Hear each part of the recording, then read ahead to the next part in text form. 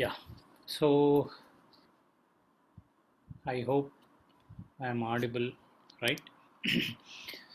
So యాక్చువల్గా last time మనము thyroid and PCOD గురించి మాట్లాడినాం, which are both hormone imbalance అయితే సిచ్యువేషన్ ఎలా ఉంటుంది అనేది ఇవి ఎక్స్ప్లెయిన్.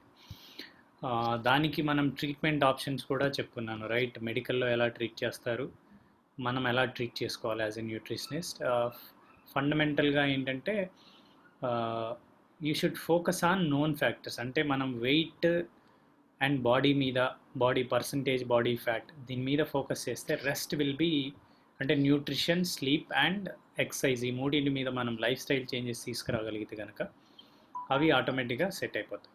సో నెక్స్ట్ వచ్చేసి ఈరోజు మనం bone and joint and bone health గురించి మాట్లాడతాం, which is one more very important, అంటే బర్నింగ్ టాపిక్ అనమాట ఇది.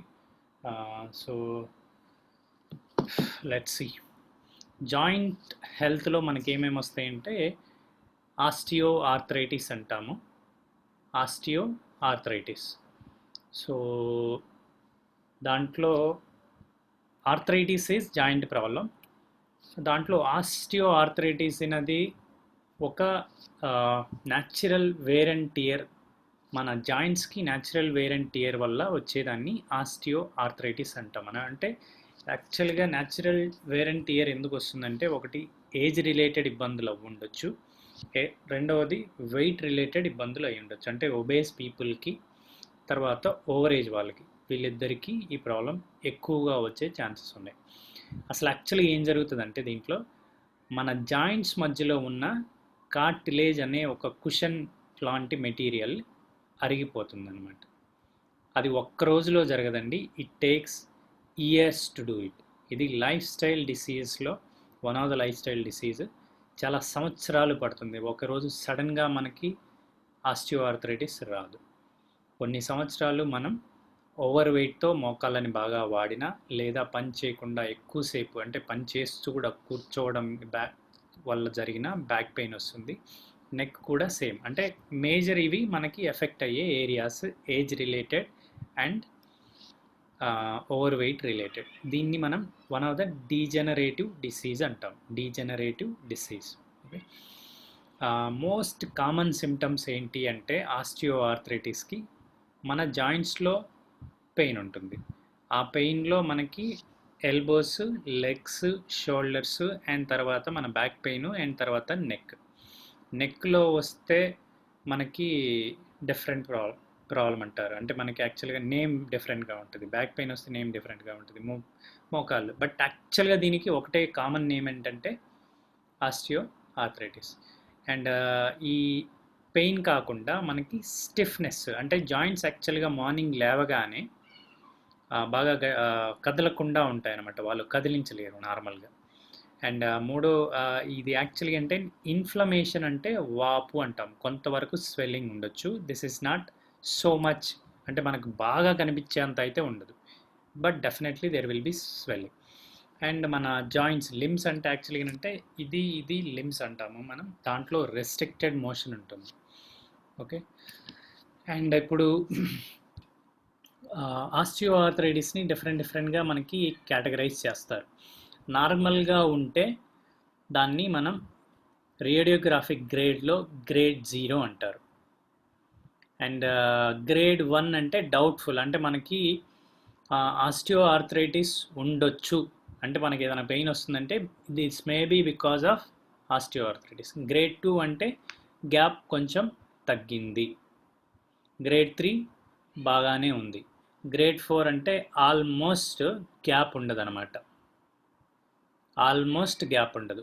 దేర్ ఆర్ సమ్ పీపుల్, కొంతమందికి జాయింట్స్ కూడా జాయింట్ అయిపోయే ఛాన్స్ ఉంటుంది, అంటే ఇంకా గ్యాప్ ఉండదు, దే ఆర్ ఆల్రెడీ మొత్తం కార్టిలేజ్ అనేది అరిగిపోయి ఉంటుంది. ఓకే, నౌ ఇక్కడ చూడండి, I have shown you 2 pictures, పైన 2 కింద 2. సో పైన రెండిట్లో లెఫ్ట్ సైడ్ది అది నార్మల్ జాయింట్, పైన రెండిట్లో రైట్ సైడ్ది ఆస్టియో ఆర్థరైటిస్ బోన్ అనమాట. ఆస్టియో ఆర్థరైటిస్లో ఏం చెప్పుకున్నాం మనం, కార్టిలేజ్ అరిగిపోయింది. కార్టిలేజ్ అరిగిపోయి ఆ బోన్ యాక్చువల్గా బాగా ఒకదాని మీద ఒకటి ఉన్నాయన్నమాట. దాన్ని మనం ఆస్టియో ఆర్థరైటిస్ గ్రేడ్ 4 అంటాం. సెకండ్ కింద పిక్చర్లో నార్మల్ జాయింట్ ఎలా ఉంది, రైట్ సైడ్ ఎలా ఉంది చూడండి. సో రైట్ సైడ్ ఉన్న జాయింట్ ఇక్కడ రుమటాయిడ్ ఆర్థరైటిస్ జాయింట్. ఈ రెండింటిని నేను కలిపే చెప్తున్నాను, మీకు అర్థమవుతుంది. By end of the presentation you will understand entirely. Rheumatoid arthritis వచ్చినప్పుడు ఏం జరుగుతుందంటే, ఒకటి కార్టిలేజ్ దెబ్బతింటుంది, ఈ సైనోవియల్ మెంబ్రెయిన్ అని ఉంటుంది అనమాట. సైనోవియల్ మెంబ్రెయిన్, ఆ మెంబ్రెయిన్ కూడా వాసిపోతుంది. యాక్చువల్గా మీరు లెఫ్ట్ సైడ్ దాంట్లో చూడండి, సైనోవియల్ ఫ్లూయిడ్ వేరుంది, సైనోవియల్ మెంబ్రెయిన్ వేరుంది. సైనోవియల్ ఫ్లూయిడ్ లైట్ రెడ్ కలర్లో ఉంది, బట్ సైనోవియల్ మెంబ్రెయిన్ రెడ్ కలర్లో ఉంది. రైట్ సైడ్ చూస్తే మీకు సైనోవియల్ మెంబ్రెయిన్ అంతా బాగా వాచిపోయింది, అండ్ బోన్ లాస్ కూడా జరుగుతుంది అనమాట రుమటాయిడ్ ఆర్థరైటిస్లో. It's not just cartilage damage, it's bone loss also. Okay, now rheumatoid arthritis అంటే ఏంటి అంటే, it is one of auto immune disease. Auto immune డిసీజెస్లో ఆల్మోస్ట్ 14-15 టైప్స్ ఉంటాయండి. ఇది one of the auto immune disease is rheumatoid arthritis. Auto immune disease అంటే ఏమంటే, మన own immune system మన మీదనే అగెనెస్ట్గా వర్క్ చేస్తుంది, మనకి అపోజిట్గా మన ఓన్ ఇమ్యూన్ సిస్టమ్ మనల్నే డ్యామేజ్ చేయడాన్ని ఆటో ఇమ్యూన్ డిసీజ్ అంటాం. So it can start attacking our own cells and that leads to auto immune diseases. One such disease is rheumatoid arthritis. దీంట్లో యాక్చువల్గా సిమ్టమ్స్ ఏముంటాయంటే, అగెయిన్ జాయింట్స్లో పెయిన్ ఉంటుంది, every జాయింట్స్లో ఉంటుంది, అంటే including finger జాయింట్స్లో కూడా మనకి వాపులు కనపడతాయి. అంటే వాపులు లేకుండా కూడా ఎవ్రీ జాయింట్లో ప్రాబ్లం ఉంది అంటే ఉండొచ్చు, బట్ రుమటాయిడ్ ఆర్థరైటిస్లో there will be swelling, elbows, legs, shoulders అన్నీ. మార్నింగ్ అయితే వాళ్ళ లేచినప్పుడు వాళ్ళ బాధ వర్ణనాతీతం అనమాట. అంటే మీరు ఒక 78 ఇయర్స్ వాళ్ళు కట్టెపట్టుకొని నడిస్తే ఎలా ఉంటుందో అలా ఉంటుందన్నమాట. బోన్స్ అన్నీ కూడా స్టిఫ్గా ఉంటాయి, అండ్ వాళ్ళు మేబీ 1-2 అవర్స్ తర్వాత కొంచెం బెటర్ అవుతారనమాట. అంత ఇబ్బంది ఉంటుంది వాళ్ళకి. దే విల్ ఆబ్వియస్గా రెస్ట్రిక్టెడ్ మోషన్ ఉంటుంది, అంటే కదలలేరు. So inflammation. సో యాక్చువల్గా జనాలు, డాక్టర్లు చాలామందికి అంటే మనం అడిగేది ఏంటంటే, ఇప్పుడు యాక్చువల్గా మనకు చెప్పింది, ఇప్పుడు మనకు అర్థమైంది ఏంటంటే, నార్మల్ ఆర్థరైటిస్, ఆస్టియో ఆర్థరైటిస్లో ప్రాబ్లం వచ్చింది ఎందుకు? ఒకటి వేర్ అండ్ టియర్. ఆ వేర్ అండ్ టియర్ ఎందుకు జరిగింది అంటే ఏజ్ రిలేటెడ్, బాగా ఏజ్ అయిపోయి ఉండొచ్చు. రెండవది ఒబేసిటీ, బాగా బరువు ఉండి దాన్ని ఎక్కువ వాడడం అయి ఉండొచ్చు. దానివల్ల మన కార్టిలేజ్ జరిగిపోయింది నార్మల్ ఆస్టియో ఆర్థరైటిస్. వేరేజ్ రుమటాయిడ్ ఆర్థరైటిస్కి చాలామందికి ఎగ్జాక్ట్ రీజన్ ఎందుకు వచ్చిందంటే ఎవరు డాక్టర్స్ ఎగ్జాక్ట్గా చెప్పలేరు. Okay, there are no exact ఒక్కటే రీజన్ చెప్పమంటే చెప్పలేరు అనమాట. ఫ్యాక్టర్స్ ఏమేమి ఇన్ఫ్లుయెన్స్ చేస్తాయి ఆ రుమటాయిడ్ ఆర్థరైటిస్ రావడానికంటే, చూడండి, and imbalanced auto immune reaction, అంటే మన ఇమ్యూన్ రెస్పాన్స్ వేరు, ఇమ్యూన్ సిస్టమ్ వేరు. నా ఇమ్యూన్ సిస్టమ్ స్ట్రాంగ్గా ఉంది, బట్ దాని రెస్పాన్స్ సరిగా లేకపోతే ప్రాబ్లం అవుతుంది అనమాట. So imbalanced auto immune reaction, అది అన్బ్యాలెన్స్ అయిపోయింది. అండ్ ఒకటి. రెండవది environmental and biologic trigger. Biologic triggers such as hormonal changes or viral illness extra. చాలామందికి ఉమెన్కి ఈ ప్రాబ్లం ఎక్కువగా ఇబ్బంది పెడుతుంది, ఎందుకంటే వాళ్ళలో హార్మోనల్ చేంజెస్ అనేవి చాలా ఎక్కువగా ఉంటాయి అన్నమాట. సో ఎందుకు why women get rheumatoid arthritis more than men అంటే, some researchers believe female hormones play a part in the development of rheumatoid arthritis. Okay, కొంతమంది ఏమంటారంటే ఇద్దరిని, బోత్ మెన్ అండ్ ఉమెన్ని ఈక్వల్గా ఇది ఇన్ఫ్లుయెన్స్ చేస్తుందని. సో బాటమ్ లైన్ ఏంటంటే, medical community doesn't know why this disease is coming. 100% వాళ్ళకి తెలియదు. Okay, ఎవరికి తెలియదు, అదే చెప్తున్నాను. ఇక్కడ ఏంటంటే హార్మోనల్ ఇంబ్యాలెన్స్ ఎందుకు అవుతుందో కూడా మనకు తెలియదు. Even doctors also doesn't know, but they blame it on over weight, obesity and insulin resistance. So వాటిని మనం కంట్రోల్ చేసుకుంటే హార్మోన్స్ బెటర్గా ఇన్ఫ్లుయెన్స్ అవుతాయి. బట్ హార్మోనల్ ఇంబ్యాలెన్స్ వల్ల మనకి ప్రాబ్లమ్స్ వచ్చినాయి అంటే కరెక్ట్ కాదు. That's what we discussed in last presentation. Okay, so now the stages of rheumatoid arthritis. ఇది చూడండి, వన్ ఆఫ్ ద జాయింట్, మోకాల్ జాయింట్ చూడండి ఎంత దారుణంగా ఉందో, అంటే బోన్ కూడా అరిగిపోతుంది అనమాట. మీరు నమ్మరు, స్టేజ్ 4 రొమటాయిడ్ ఆర్థరైటిస్లో దెర్ ఈజ్ నో జాయింట్ అంట. అంటే 2 బోన్స్ కలిసిపోతాయి, ఇంకా వాళ్ళది పర్మనెంట్గా ఆ స్టిఫ్నెస్ అలాగే ఉంటుంది, వాళ్ళు మూవ్ చేయలేరు ఆ బోన్ని. సో స్టేజ్ 1లో జస్ట్ సిమ్టమ్స్ స్టార్ట్ అవుతాయి. స్టేజ్ 2లో the body makes antibodies and the joints start swelling అప్పుడు కనబడుతుంది మనకి. స్టేజ్ 3లో మనకి జాయింట్స్ వంగుతాయి, షేపులు మారుతాయి, మన చేతులు వేళ్ళు షేపులు డిఫరెంట్గా ఉంటాయి అన్నమాట, అండ్ నర్వ్ పెయిన్స్ అన్నీ వస్తాయి. So this is stage 3. Stage 4లో అవన్నీ బోన్స్ ఒకటైపోతాయి సింపుల్గా. That is stage 4. So that is the reason rheumatoid ఆర్థరైటిస్ని జాగ్రత్తగా చూసుకోవాలి. అండ్ దానికి రొమటాయిడ్ ఆర్థరైటిస్కి రిస్క్ ఫ్యాక్టర్స్, కొంతమంది జెనెటిక్ పరంగా వస్తుంది అంటారు, కొంతమంది smoking, exposure to toxins, certain infections, again female అని చెప్పున్నాను, ఏజ్, వెయిట్, ఇవన్నీ ఏంటంటే speculation. Again there is no 100% ఇది రీజన్ అనేది ఎక్కడా లేదు. ఓకే, దాన్ని మెయింటైన్ చేయాలి. సో థర్డ్ ప్రాబ్లం వచ్చేసి యూరిక్ యాసిడ్ గౌట్ అంటాము. This is also one kind of autoimmune. Okay, so ఇది చూడండి, ఇది ఏం జరుగుతుందంటే it is a buildup of uric acid crystals anywhere in your feet అంటే మన పాదంలో సడన్గా పెయిన్ వస్తుంది అనమాట, విపరీతమైన పెయిన్ వస్తుంది. అది ఎప్పుడో మనకి నైట్ వస్తుంది, అది ఒక 10-15 డేస్ ఉండొచ్చు మనకి. దాన్ని అట్లాగే ఉంటే అది మిగిలిన బాడీ పార్ట్స్ మీద కూడా ఎఫెక్ట్ చేస్తుంది. సో దాని సిమ్టమ్స్ చూడండి, sudden pain in your joints and feet, stiffness, inflammation, restricted motion in your limbs. So this is అంటే మనకి గౌట్కి ఏంటంటే ఒక పర్టికులర్ ప్లేస్లో ప్రాబ్లం కన్ఫైన్ అయి ఉంటుంది. అండ్ ఆస్టియో ఆర్థరైటిస్లో మోస్ట్లీ మనకి మోకాళ్ళు, బ్యాక్ పెయిన్ అంటే L4, L1, L2, L3, L4 డిస్క్లలో disc bulge అరిగిపోయింది ఇది అని చెప్తారు. తర్వాత మెడలో స్పాండిలైటిస్, ఆ ప్రాబ్లమ్స్ మనం చూసి అక్కడే డిస్క్లు ఇబ్బంది అవ్వడం. ఈ 3 ఆస్టియో ఆర్థరైటిస్. గౌట్ అంటే ఒక పర్టికులర్ ప్లేస్లో, మోస్ట్లీ ఫీట్లో ఉంటుంది ఇది మోస్ట్లీ, అక్కడ కూడా మళ్ళీ ఇబ్బంది అవుతుంది. I will show you slide. And then rheumatoid arthritis అనేది 1 or more joints are involved and అక్కడ స్వెల్లింగ్ అదంతా ఉంటుంది. So this is one gout, inflammatory arthritis అంటాం మనం. ఇది యాక్చువల్గా అరికాలు, ఈ బొటన వేలు దగ్గర ఒక యూరిక్ యాసిడ్ క్రిస్టల్ అట్లా వచ్చేసి ఇబ్బంది అవుతుంది అనమాట. సో ఈ మూడింటికి యాక్చువల్గా there are different kinds of treatments. Mostly వాళ్ళు ఏం చేస్తారంటే ఫస్ట్ వెయిట్ ఉంటే వెయిట్ తగ్గమని, మీరు పనిచేసేది అంటే కూర్చొని పనిచేసేది ఉంటే మూడింటికి సిమిలర్గా ట్రీట్ చేస్తారు వాళ్ళు. అందు గురించే మూడింటికి కామన్గా ట్రీట్మెంట్ పెట్టున్నాను నేను. సో కన్జర్వేటివ్ ట్రీట్మెంట్స్ ఏమంటే ఫస్ట్ వాళ్ళు మనల్ని ఆపరేషన్ లేకుండా ట్రీట్ చేయడానికి ట్రై చేస్తారు.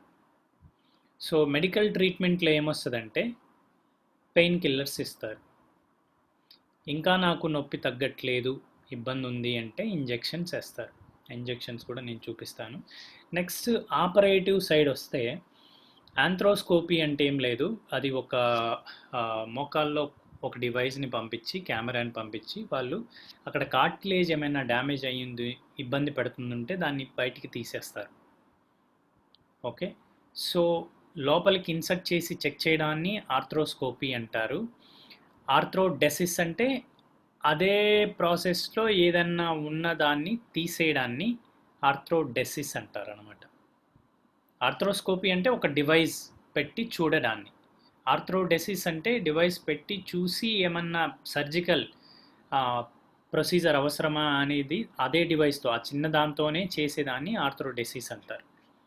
అందులో బోన్ కరెక్షన్ ఏమన్నా, బోన్ పీసెస్ ఏమన్నా ఉన్నాయా తీస్తారు, బోన్ ఏమన్నా బ్రేక్ అయితే, లేదంటే కార్టిలేజ్ ఏమన్నా డ్యామేజ్ అయి ఉంటే దాన్ని తీయడానికి ట్రై చేస్తారు. That 2 things. అండ్ దెన్ ఆస్టియోటోమీ అంటే ఇది ఏంటంటే యాక్చువల్గా కార్టిలేజ్ని మొత్తం తీసేసి బోన్స్కి మధ్యలో బోన్స్ కదలకుండా, అంటే 2 బోన్స్ దగ్గరికి రాకుండా ఐరన్ యూస్ చేసి, మెటల్ ప్లేట్స్ కానీ రాడ్స్ కానీ యూస్ చేసి ఆ గ్యాప్ని అలా మెయింటైన్ చేస్తారు. దట్ మీన్స్ జాయింట్స్ మధ్యలో ఇవి కిందకి మూవ్ కాకుండా బాగా ఇట్లాగే మెటల్ షీట్స్ వేసి ఆ గ్యాప్ మెయింటైన్ అయ్యేలా సర్జరీ చేయడాన్ని ఆస్టియోటమీ అంటాం. ఆంథ్రోప్లాస్టీ అంటే ఏం లేదు, ఆ డ్యామేజ్ అయిన పార్ట్స్ని అంతా కట్ చేసి సర్జరీ చేసి కొత్త ప్లేట్స్ పెడతారు. That is arthroplasty. I hope you are clear. Arthroscopy అంటే మోకాల్లో డివైస్ పెట్టి చూడడాన్ని ఆంథ్రోస్కోపీ అంటారు. ఆర్థ్రోడెసిస్ అంటే ఆర్థ్రోడెసిస్ అంటే ఆ డివైస్ పెట్టినప్పుడే if they want to do some minor surgery, దాన్ని ఆర్థ్రోడెసిస్ అంటారు. దాంట్లో కార్టిలేజ్ రిపేర్ చేయడం కావచ్చు, బోన్ చిన్న ఇరిగిపోయినంటే తీసేయడం కావచ్చు. ఆస్టియోటోమీ అంటే ఆ బోన్ కదలకుండా జాయింట్స్కి అటు ఇటుగా వాళ్ళు వేసి దాన్ని తీయడాన్ని ఆస్టియోటమీ అంటాం అనమాట, కదలకుండా చేయడాన్ని. ఆంథ్రోప్లాస్టీ అంటే ఆ జాయింట్స్ని తీసేసి షీట్స్ మెటల్ అవి పెట్టడాన్ని ఆంథ్రోప్లాస్టీ అంటారు. అది షో. తర్వాత దీని ట్రీట్మెంట్ అది చెప్పున్నాను కదా. అగైన్ నాసాయిడ్స్, ఎస్టమార్ఫిన్ అంటే నాసాయిడ్స్ కిందకే వస్తుంది, కాక్స్ ఇన్హిబిటర్స్ అంటే దాని కిందకే వస్తుంది, ఓపియాయిడ్స్ అంటే ఇవి హెరాయిన్ అంటారనమాట. హెరాయిన్ అంటే యాక్చువల్గా ఎందుకు హెరాయిన్ అంటే మనది అది డ్రగ్ కదా, డ్రగ్స్ కిందకి వస్తుంది, అది బ్యాండ్ కిందకి వస్తుంది. బట్ ఈ పెయిన్కి తట్టుకోవడానికి జనాలు నాకు ఇంకా ఏదన్నా ఇమ్మన్నప్పుడు డాక్టర్ సజెషన్తో వాళ్ళు ఇస్తారనమాట. So it is basically heroin.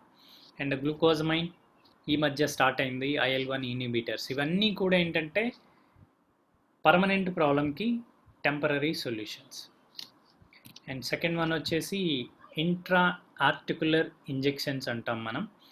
ఇది గ్లూకోకార్టికాయిడ్స్ అండ్ హైలూరోనిక్ యాసిడ్. ఇవి రెండు యాక్చువల్గా మీరు చదవండి. దే ఆర్ అంటే మనకి చేసే మంచి కంటే చెడు ఎక్కువ ఉంటుందన్నమాట. సో ఇది ఏది కూడా ఇక్కడ ఉండేది ఇంజెక్షన్స్. హైలూరోనిక్ యాసిడ్ అంటే యాక్చువల్గా మనం ఒక స్పాంజ్ టైప్గా ఫామ్ కలుగుతుంది అనమాట. ఇది మ్యాక్సిమం మనకి 3 to 6 months వర్క్ చేయగలదు. గ్లూకోకార్టికోస్టెరాయిడ్స్ కూడా అదే అనమాట. సో ఇవి రెండు కూడా ఏంటంటే one kind of pain killers, localised steroids, బేసికల్గా లోకలైజ్డ్ స్టెరాయిడ్స్. సో దానివల్ల మనకి ఉపయోగం టెంపరీ, బట్ డ్యామేజ్ అయితే ఎక్కువగా ఉంటుంది. సో దిస్ ఈజ్ అబౌట్ మన osteoarthritis and rheumatoid arthritis and gout. So దాన్ని ఒక I have that video, okay చూద్దాం తర్వాత. సో నెక్స్ట్ వచ్చేసి మనం let's talk about bone health. దాంట్లో ఆస్టియోపొరోసిస్ అంటాం మనం.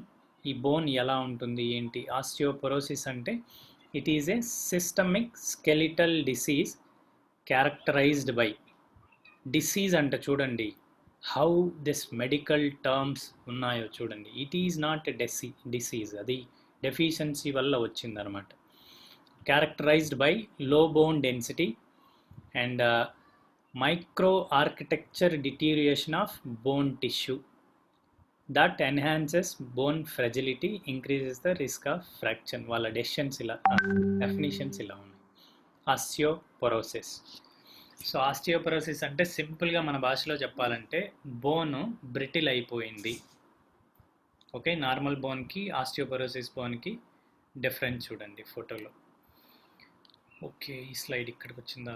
Will show you last. Osteoporosis, one more slide. Healthy bone ఎలా ఉంది, పోరస్ బోన్ ఎలా ఉంది. నెక్స్ట్, ఎందుకు ఆస్టియోపోరోసిస్ వస్తుంది, రిస్క్ ఫ్యాక్టర్స్ ఏంటి అంటే, ఒకటి ఏజ్ బాగా ఎక్కువ అవడం అండ్ ఉమెన్ అవ్వడం, అది ఒక రిస్క్ ఫ్యాక్టర్. మూడవది కొన్ని ఆర్గాన్స్ ఫెయిల్ అవ్వడం. నాలుగవది చూడండి, certain drugs includes corticoids, heparin. ఇవన్నీ కూడా ఏంటంటే మనం ఇవి వాడేది ఏంటి అంటే అగైన్ మోకాలు నొప్పులు తగ్గించడానికి పెయిన్ కిల్లర్స్ లాగా వాడుతున్నాం వాటిని. అంటే ఇవి వాడడం వల్ల కూడా మన బోన్స్ పోరస్ అవుతున్నాయి. ఇమాజిన్, అంటే ఒక ప్రాబ్లంకి వాడుతున్నాం, రెండవది ఈ ప్రాబ్లమ్ని పెంచేస్తుంది అనమాట అది. And some people cancer treatment, కొంతమందికి యాక్చువల్గా వేరే క్యాన్సర్ ఉంటుంది, దాంట్లో కూడా బోన్స్ పోరస్ అవుతాయి. And vitamin B12 deficiency, organ transplantation, ఇవి యాక్చువల్గా మనకి రిస్క్ ఫ్యాక్టర్స్ అనమాట ఆస్టియోపోరోసిస్కి. అండ్ మనం వాడే medicines, most of the medicine will damage our calcium. So ఇది యాక్చువల్గా దీని ప్రాబ్లమ్స్ చూడండి, silent disease until complicated by fractures and most common bone disease in humans. Okay, so ఇది మనకి ఇరిగేంత వరకు తెలియదు దాని మీనింగ్. వాళ్ళు రాసింది ఏంటంటే ఇరిగేంత వరకు మన బోన్స్ ప్రాబ్లం ఉన్నాయని తెలియదు. అండ్ యాక్చువల్గా మన వరల్డ్ హెల్త్ ఆర్గనైజేషన్ ప్రకారం మనం ఆస్టియోపోరోసిస్లోకి ఎంత దూరం ఉన్నాము, ఆస్టియోపోరోసిస్లో ఉన్నామా, దానికంటే ముందు స్టేజ్లో ఉన్నామా తెలియడానికి బోన్ మినరల్ డెన్సిటీ అని ఒక టెస్ట్ ఉంటుందన్నమాట. సో ఆ టెస్ట్ మనం చేసుకోగలిగితే దాంట్లో మన రిస్క్ ఆఫ్ ఫ్రాక్చర్ తెలుస్తుంది. అంటే మన బోన్స్ ఎంత పోరస్గా ఉన్నాయి లేదా ఎంత బాగున్నాయి అనేది తెలుస్తుంది అనమాట. సో దాంట్లో టీ స్కోర్ అని అంటారు, టీ స్కోర్. ఓకే, సో ఆ స్కోరు -1 లేదా -1కి లోపల, అంటే 0.9, 0.8 ఇటు 0 సైడ్ అనమాట. అంటే -1 కంటే ఇటు సైడ్ పాజిటివ్ సైడ్ ఉంటే you are perfectly all right, your bones are perfectly all right. -1 నుంచి -2.5 మధ్యలో ఉంటే ఆస్టియోపీనియా అంటారు. అంటే మన బోన్స్ బాగా పోరస్ కాలేదు, బట్ దీన్ని అలాగే వదిలేస్తే నెక్స్ట్ స్టేజ్ అదే అనేది మాట్లాడుతుంది మీనింగ్ అనమాట. -1 to -2.5 ఈజ్ ఆస్టియోపీనియా. అంటే మీరు ఆస్టియోపోరోసిస్లోకి వెళ్ళబోతున్నారు, మీ రిస్క్ చాలా ఎక్కువ ఉంది అనేది. సో దాన్ని మనం రివర్స్ చేసుకోగలగాలి. సో రివర్స్ ఎలా చేస్తామంటే మనం బై యూజింగ్, యాక్చువల్గా మీరు ఇందులో ఇప్పుడు ఆస్టియోపోరోసిస్కి ఒకటి మనం వాడే మెడిసినే మనకి ఇబ్బంది పెడుతుంది. సో దాన్ని మనం ఫస్ట్ ఎంత వీలైతే అంత ఎలిమినేట్ చేయాలి. రెండవది కాల్షియం ఇంటేక్ బాగా తీసుకోవాలి. కాల్షియం ఇంటేక్ యాక్చువల్గా మీరు if you read about osteoporosis online, ఎక్కడ కూడా ఒక కాల్షియం సప్లిమెంట్ తీసుకోవాలనేది మాట్లాడరు, which is very very pathetic అనమాట. అది చేయండి, ఇది చేయండి, మెడికల్ లాగానే మాట్లాడతారు కానీ రివర్సల్ గురించి మాట్లాడరు. ఆస్టియోపోరోసిస్ని రివర్సల్ చేయలేమని చాలామంది రాస్తున్నారు డాక్టర్లు. అది you should be thinking about it. డెఫినెట్గా 100% రివర్స్ చేయొచ్చు ఎవరికైనా. ఆస్టియోపోరోసిస్లో ఉన్న వాళ్ళని మనం ఆస్టియోపీనీకి తీసుకురావచ్చు, అక్కడి నుంచి నార్మల్కి తీసుకురావచ్చు. ఎందుకు ఇబ్బందులు అవుతున్నాయి ఉమెన్ కంటే, ఎవ్రీ మంత్ వాళ్ళకి వాట్ ఎవర్ మెన్సెస్ ఇవి ఉంటాయి, they will have huge calcium requirements. నార్మల్గా మన Indian national institute of nutrition ఇప్పటికీ 600 మిల్లీగ్రామ్స్ సరిపోతుందని చెప్తుంది. బట్ వెరాజ్ వరల్డ్ హెల్త్ ఆర్గనైజేషన్ ఏం చెప్తుందంటే ఉమెన్ అయితే 1200 మిల్లీగ్రామ్స్ తీసుకోవాలని చెప్తుంది. ఉమెన్ అయితే వరల్డ్ హెల్త్ ఆర్గనైజేషన్, మెన్ అయితే 1000 mg తీసుకోవాలని చెప్తుంది. నాట్ జస్ట్ బోన్స్కే కాదు, మన టీత్కి, మన బ్లడ్లో కావాల్సిన, హార్ట్కి కావాల్సిన ప్రాబ్లమ్స్, అంటే హార్ట్కి కూడా కాల్షియం అవసరం కదా.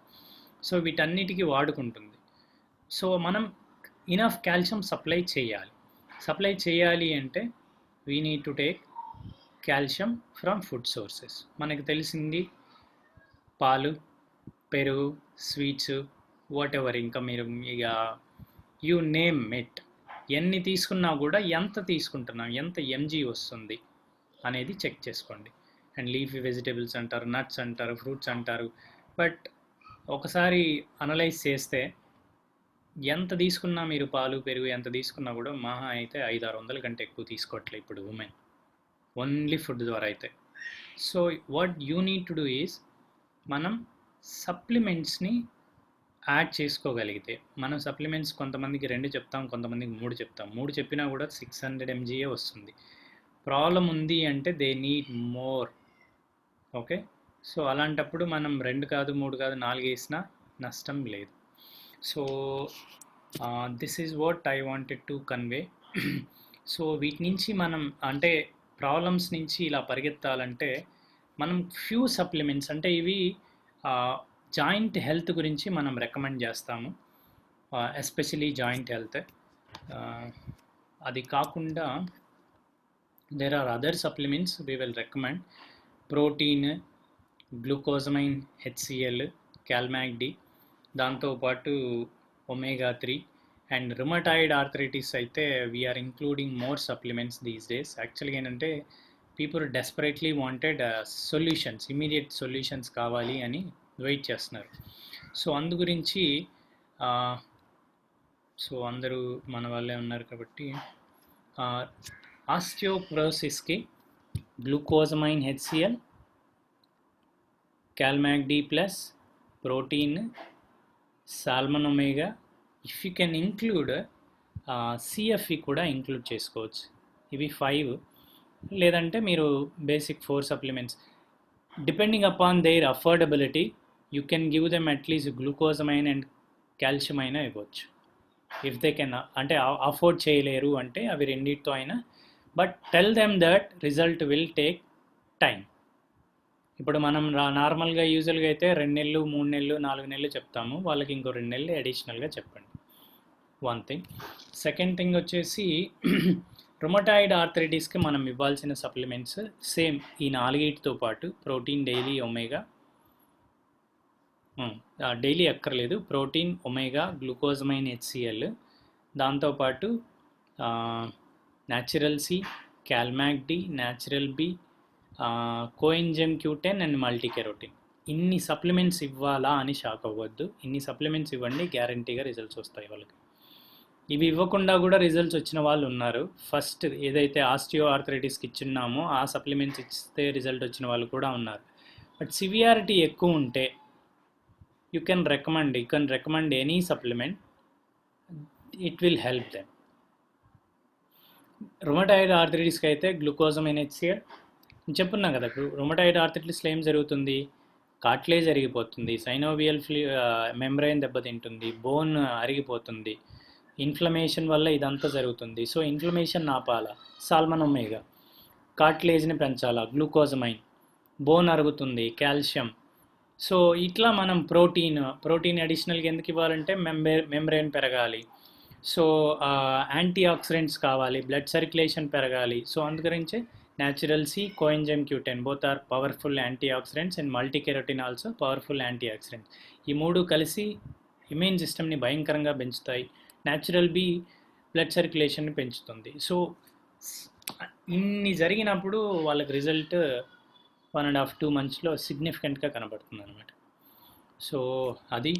అండ్ యూరిక్ యాసిడ్ గౌట్ ఉన్న వాళ్ళకి మనం ఏం రికమెండ్ చేస్తామంటే ప్రిఫరబుల్లీ వాళ్ళని ఫస్ట్ నాన్ వెజ్ మాన్పిస్తాం, అది ఒక రీజన్. రెండవది సాల్ట్ ఐటమ్స్ని వాళ్ళు కొంచెం తగ్గించుకోవాలి. బయట చిరుతిండ్లు అస్సలే తినొద్దు. ఓకే. అండ్ లిటరల్గా వాళ్ళు యాక్చువల్గా ఏంటంటే వెజిటేబుల్స్ మీద డిపెండ్ అయి ఉండాలి. లీఫీ వెజిటేబుల్స్ అండ్ వెజిటేబుల్స్ మీద ఎక్కువ డిపెండ్ అవ్వాలి. అండ్ ఇది వాటర్ ఎక్కువ తాగుతూ ఉండాలి. అండ్ దే షుడ్ యూజింగ్ అంటే మన లివర్ని క్లెన్స్ చేయడం అది జరగాలి. వాళ్ళ మన సప్లిమెంట్స్ అయితే న్యాచురల్ బి ఇస్తాము, omega-3 ఇస్తాము.